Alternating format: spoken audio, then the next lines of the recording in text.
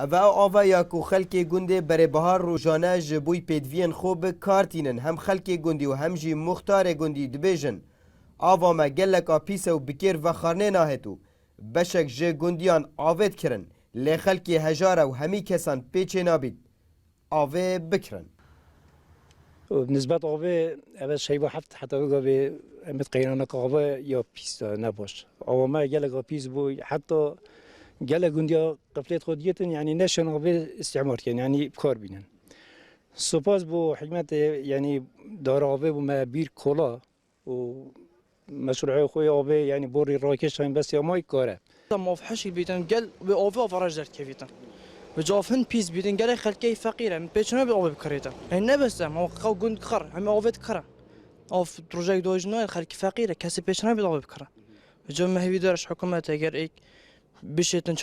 شريك المبيكتن سپاس داره وين Berpirsê Sexberiya Avazawî tê û serpereştê projê ava gundê berê bihar jî dibêjîtin. Mebîrekadiya avê ji bo wan durust kiriye û bi tenê durustkirina kareba wê maye ez ji bo wêyekê ev proje bikevîte karî. Avsala jî me bû bîrekadî kola piştî bîrowan avayê kêm bûyî miyah cafî hemî mensûbê çûya xwe nebez berê bihar gelek gunda me bîrekadiya bû kolay gel غرفه جی ما با آوا کرده و خط آوا جی ما با برش بیره حتی عمباره اما بس این مایل هیویا کهربه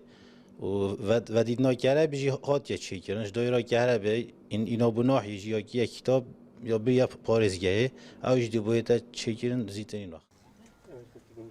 Projê dana avê ji bo gundê berêbihar 59 milyon dînar lê hatîne xereçkirin û bi tenê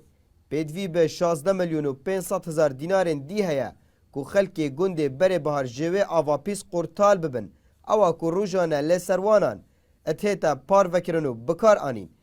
lê taniha ev proje bi dawî nehatiye û xelkê vî gundî jî neçar bûye vê avapîs bikar bînin. Abdusamat Rêkanî, NRT Duhok.